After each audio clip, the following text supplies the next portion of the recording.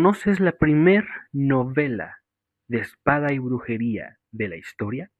Acompáñame a ver esta reseña sobre Eric Ojos Brillantes de Henry Rider Haggard.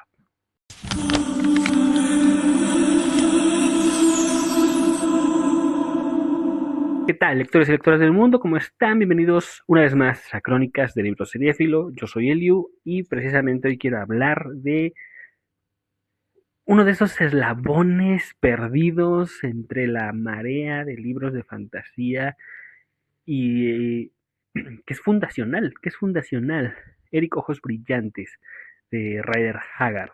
Publicada en 1891, aunque Haggard la terminó de escribir en 1888 tras un viaje a Islandia que lo marcaría de por vida. ¿De qué trata? Es un triángulo amoroso que destruye todo lo que toca, de que están muy bien aprovechadas. Las pasiones desenfrenadas de este triángulo amoroso de verdad es que es de locura. Eric es un guerrero joven, apuesto y virtuoso, el tipo de héroe que hoy llamaríamos demasiado bueno para este mundo. Y la tragedia nórdica se encarga de confirmarnos que, pues sí, así era. Tenemos a Gudruda la Hermosa. Ella y Eric se aman desde la infancia, pero el padre de Gudruda, Asmund, el sacerdote, que es sacerdote de los dioses del norte, no de Jesucristo, que ya empezaba a llegar a Islandia, ve a Eric como un pretendiente, es un granjero de escaso patrimonio y se opone a la unión. Hasta ahí parece una historia de amor convencional, ¿no? Pero luego entra Swanhild. Swanhild, la bastarda, es la hermanastra de Gudruda y ella está construida con una precisión psicológica que de verdad sorprende para una novela de esta época. Hack dice que su alegría era atraer los corazones de los hombres hacia ella y luego burlarse de ellos. Era fría de corazón, deseaba el poder y la riqueza y estudiaba la magia con dedicación, pero amaba a Eric y ese amor no correspondido se convertiría en el motor de la destrucción de todos. Rechazarla va a suponer un cúmulo de desgracias y traiciones que incluyen batallas en la tierra y en el mar, exilios, duelos, hechizos y masacres, y lo que podríamos llamar el prototipo literario de la boda roja. Hay una celebración, bueno, varias celebraciones nupciales que terminan en carnicería, en masacre. Y el parecido con el evento cumbre de la obra de George Martin no es solo por concepto, ¿no? Hasta tiene el nombre como se describe aquí, o sea, es muy similar. El villano principal no solo es Swanhild, es Ospakar Diente Negro, un señor de la guerra brutal, rico y poderoso que Swanhild convence para que corteje a Gudruda y esto convierta a Ospakar y a Eric en irremediables enemigos. Y junto a Eric en cada aventura, en cada batalla, en cada momento de gloria y de derrota, pues tenemos a Scalagrim, el berserker, su fiel compañero de armas, un bebedor entusiasta, un guerrero feroz que porta un hacha gigante y que aporta esa energía y esa lealtad que todo héroe trágico necesita para que, digamos, que el lector no se ahogue de pena nada más, ¿no? Y es que el fatalismo aquí es una estética. Haggard nos hace spoiler desde el inicio, desde la página 6. Hay profecías con todos sus inevitables simbolismos que nos van a destripar toda la trama y el final, ¿no? Y esa era parte del encanto de los mitos islandeses y Haggard lo entiende a la perfección. Digamos que aquí no importa tanto que ya sepas lo que va a acontecer o que te lo imagines, los hechos están destinados a suceder así, decretados por las Nornas, que son las tres tejedoras del destino de la mitología nórdica, el equivalente de las parcas griegas, y Eric avanza consciente e inexorable a su final. Y esto es radicalmente distinto a la narrativa moderna, ¿no? Porque donde la sorpresa tiene que ser una herramienta fundamental, aquí el golpe no viene de lo inesperado, sino de lo inevitable. Ya sabemos que Eric va a tener un destino trágico. Sabemos que el amor que siente por Gudruda también lo tendrá. Y seguimos cada página con avidez de todos modos, porque la pregunta no es qué va a pasar, sino cómo va a pasar, qué van a sentir los personajes. Ahora, eso sí, hay algún uno que otro elemento narrativo que dice que Haggard se lo sacó de la manga, sin contexto, sin colocarlo previamente, ¿no? El ejemplo que más critican los lectores de Eric Ojos Brillantes, y que sí, es que los dos amantes de niños partieron una moneda de oro como símbolo de su amor eterno, y este objeto más tarde va a servir como una prueba de identidad en un momento crucial de la historia, pero Haggard introduce esto 2/3 de la novela después, ¿no? Cuando debería haberlo hecho, pues cuando nos estaba contando un poco de la historia de los niños.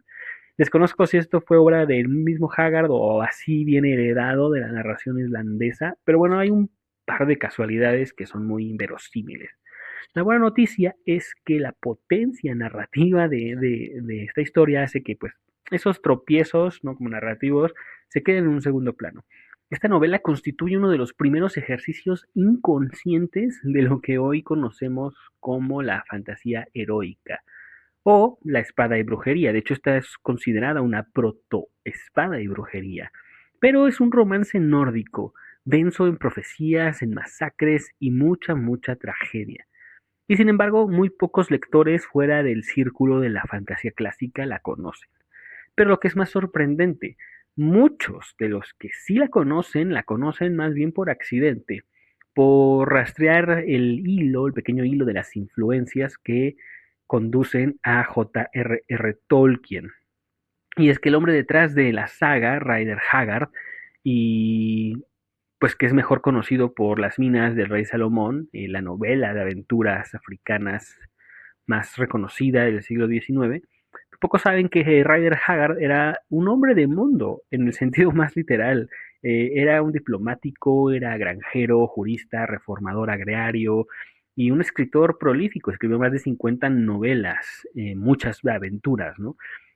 Haggard vivió en Sudáfrica durante muchos años y viajó extensamente por África, por México, por Oriente. Y sus viajes no solo eran turismo, ¿no? Fueron el combustible narrativo de sus obras. Cada aventura, cada paisaje, cada leyenda local terminaba encontrando su camino en sus libros. Y fue en 1888 cuando en Islandia encontró las sagas nórdicas. Las sagas islandesas son relatos épicos medievales que se redactaron entre los siglos X y XII. En su mayoría son anónimos y narraban las vidas de los primeros colonos nórdicos con una mezcla de historia, mitología y mucho, mucho drama. Entre todas las historias que conoció, la historia de Eric el Brillante lo cautivó lo suficiente como para que se pusiera a escribirlo de inmediato. Y el resultado lo dedicó nada más y nada menos que a Victoria, la emperatriz de Alemania, la hija de la reina Victoria. Y es toda una proeza de la épica, la aventura y la futilidad del destino. El académico Andrew Wan, en un estudio llamado Los vikingos, The Vikings and the Victorians, llamaría esta novela posiblemente la mejor novela victoriana ambientada en la era vikinga. Y también dijo que era una extraordinaria demostración de cuánto conocimiento profundo de las sagas islandesas podía desarrollarse en 1890, por ejemplo, un entusiasta dedicado del norte antiguo, aunque no fuera un filólogo profesional. Y es que esto no es un elogio menor, porque Haggard no era un académico. Haggard era un contador, muy buen contador de historias, que se tomó la molestia de entender de verdad lo que estaba pasando en estas sagas. En el prólogo de la novela, el propio Haggard anuncia sus intenciones con mucha honestidad. Y eso pues se le agradece, ¿no? No pretende reproducir una saga auténtica, sino adaptarla para el lector inglés de su época. Y la despoja de algunas peculiaridades que hacen a las sagas originales tan densas para un lector moderno. Por ejemplo, están llenas de árboles genealógicos, saltos temporales y subtramas ahí que lastran un poco la narrativa principal, pero se queda con la esencia Haggard, ¿no? Con la grandiosidad de los personajes, el peso aplastante del destino. Y en esta operación quirúrgica que él hizo, Haggard hace algo notable, y es que no traiciona el espíritu de las sagas nórdicas, lo destila. Ahora, la sombra de Tolkien empieza aquí, porque más que una influencia casual, un pequeño Tolkien leería Eric Ojos Brillantes y eso le iba a servir de inspiración para sus futuras incursiones en su interés por los estudios de la mitología nórdica, que van a nutrir su obra magna de la fantasía, no su legendarium.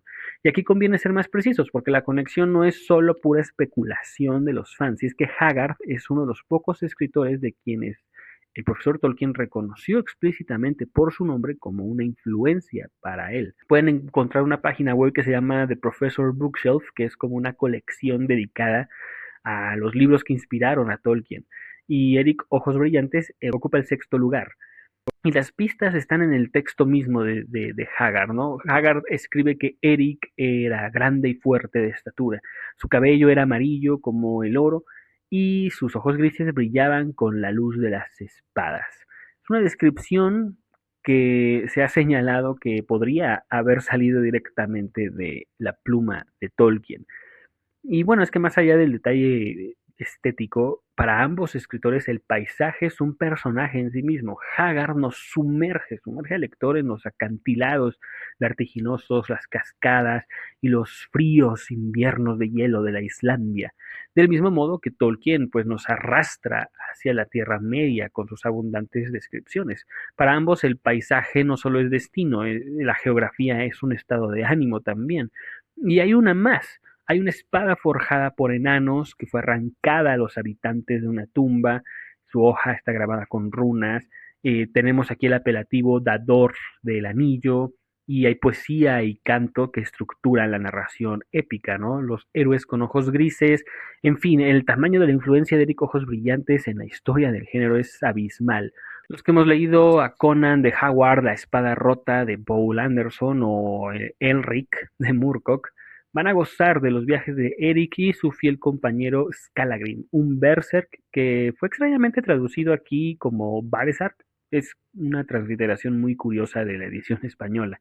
Ahora, el árbol genealógico se extiende hacia Fritz Leiber, ¿no? Con Fafhrd y el ratonero gris, el emperador albino de Moorcock y toda la tradición de la espada y brujería que dominó las revistas pulp del siglo XX y que hoy sentimos en muchos videojuegos, en muchas series de fantasía oscura, en las historias donde el héroe gana la batalla pero pierde más de lo que amaba.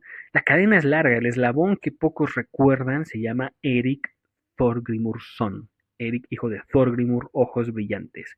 Ahora, una curiosidad que a mí me sorprendió descubrir mientras investigaba más sobre esta historia es que Stanley Kubrick quería filmar una película de Eric Ojos Brillantes. Lamentablemente Kubrick falleció en 1999, pocos días después de que entregó Eyes Wide Shut, y pues la adaptación de Eric nunca ocurrió. Pero yo me imagino a Kubrick, ¿no? El director de 2001, Odisea del Espacio, del Resplandor, de la Naranja Mecánica, obsesionado con batallas en el hielo irlandesas. Imagínate la magia. eh, no, hubiese sido espectacular. Eh, y eso dice mucho de la riqueza de este texto, ¿no? ¿Qué más puedo decir de Eric Ojos Brillantes? Si te gustan las historias de vikingos, procura conseguirte esta novela. Ahora, sí, desafortunadamente en español es casi imposible de hallar, al menos fuera de España. La única edición y traducción que existe en español corrió a cargo de Miraguano Ediciones, legendaria editorial noventera, y hoy es una joya de coleccionista que se consigue con mucha paciencia. Si vives en España, yo creo la encuentras más fácil. Pero en inglés, si lees en inglés, el panorama es más generoso, el texto original es de dominio público, lo puedes leer gratis en Project Gutenberg. Pero si quieres una experiencia un poco más completa, por ejemplo, hay 60 ilustraciones originales de Lancelot Speed que iban con la primera edición de 1891. Buscas una más reciente con una autoridad académica excepcional. Hay una edición a cargo de Tom Shippey, el estudioso de Tolkien más importante de nuestro tiempo, que conoce el contexto de este libro mejor que nadie. Busquen su edición, es de 2024. Esto fue Crónicas del Libro Seriéfilo. Dale like, suscríbete. Si quieres seguir ampliando tu conocimiento del género de fantasía en general y hablar de ciertos libros. A mí me gusta hablar mucho de libros que no son tan populares, pero que valen mucho la pena. Y sobre todo si eres un coleccionista, pues, híjole, de verdad que vas a encontrar muchas joyitas ocultas aquí. Nos estamos viendo. Hasta luego.